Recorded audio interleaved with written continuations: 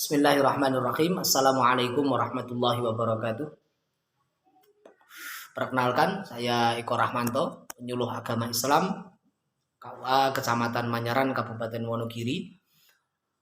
Yang pertama, karena begitu banyaknya pertanyaan yang masuk kepada kami terkait dengan statement atau komentar dari Bapak Menteri Agama ketika menerangkan tentang surat edaran yang berkaitan dengan pengaturan speaker masjid, yang kemudian ada beberapa problem, ya, ada beberapa permasalahan yang kemudian muncul di tengah-tengah masyarakat. Kemudian dari problem yang ada, ya, kami kemudian mendapatkan banyak pertanyaan dari umat, dari masyarakat terkait dengan pernyataan tersebut. Baik, yang pertama ingin kami sampaikan, ya, marilah kita menilai sebuah ucapan, pernyataan, ya, itu dengan hati yang bersih. Jangan ada kebencian.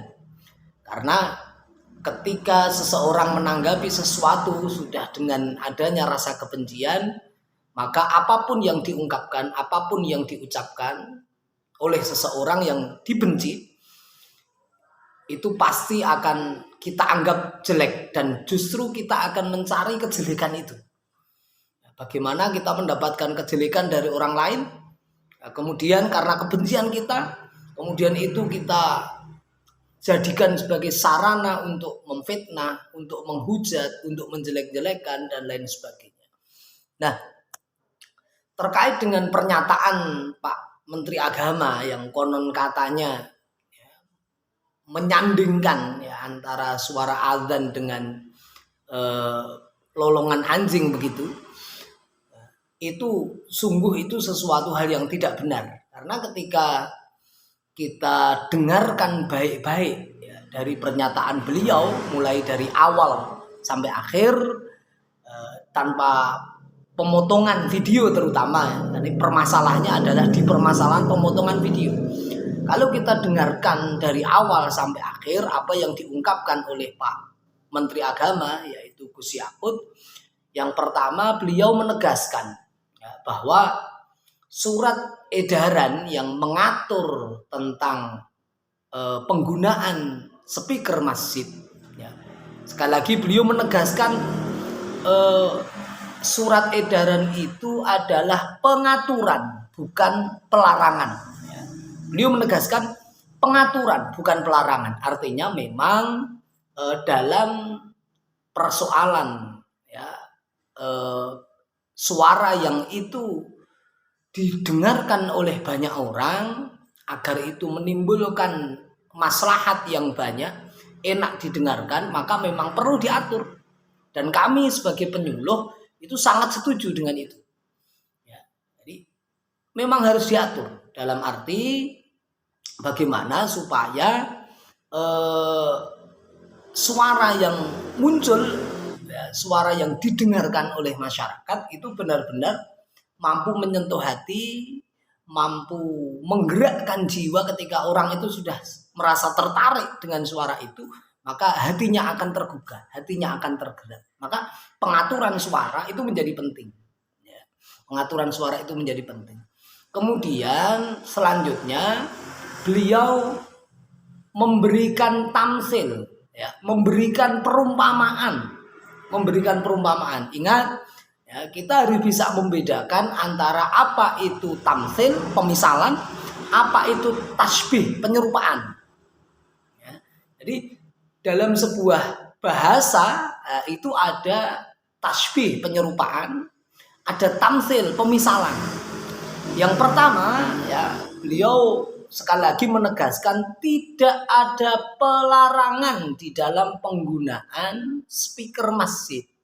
Namun ada aturan, ya, yang termaktub atau tertulis dalam surat edaran tersebut. Nah, kemudian beliau memberikan pemisalan seandainya kita berada di lingkungan non muslim, kemudian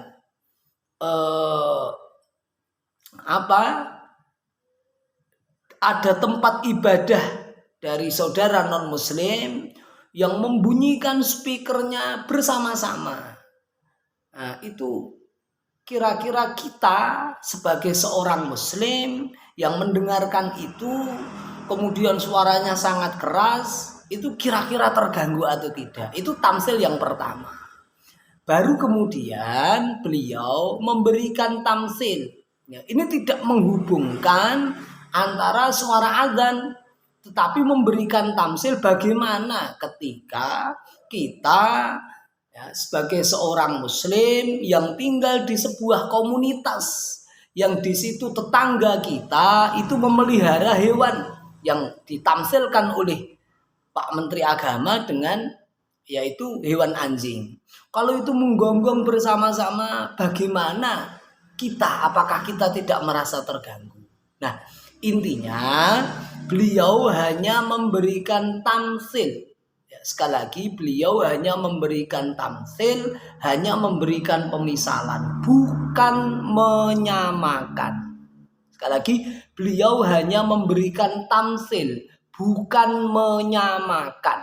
Nah, ini yang harus kita catat. Maka di dalam menerima sebuah ucapan, di dalam menerima sebuah statement, itu perlu kita mendengarkannya secara utuh dari awal sampai akhir. Kemudian kita telaah itu dengan hati yang bersih, dengan pikiran yang bersih, tidak dengan kebencian, tidak dengan sikap yang memang ingin merendahkan orang lain, ingin menghujat orang lain dan lain sebagainya.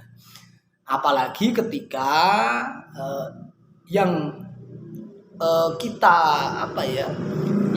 hujat itu adalah seorang ulama, seorang menteri agama. Itu sangat tidak baik. Kalau kita itu selalu suudzon dengan orang lain, ketika kita itu selalu menanamkan kebencian dalam diri kita, maka hati kita akan menjadi keras. Ketika hati kita menjadi keras, maka kita akan sulit untuk menerima apa yang namanya hidayah atau apa yang namanya kebenaran. Karena apa? Di dalam hati kita, di dalam pikiran kita selalu ada kebencian kepada orang lain. Maka silahkan kembali ditelaah secara menyeluruh dari surat edaran yang diberikan oleh Pak Menteri Agama. Silahkan ditelaah secara menyeluruh apa yang menjadi komentar beliau, apa yang menjadi pernyataan beliau, sehingga tidak muncul kegaduhan di tengah-tengah masyarakat. Terima kasih. Ada kekurangan mohon maaf. Akhirul kalam wallahul muwaffiq ila aqwamit thoriq. Assalamualaikum warahmatullahi wabarakatuh.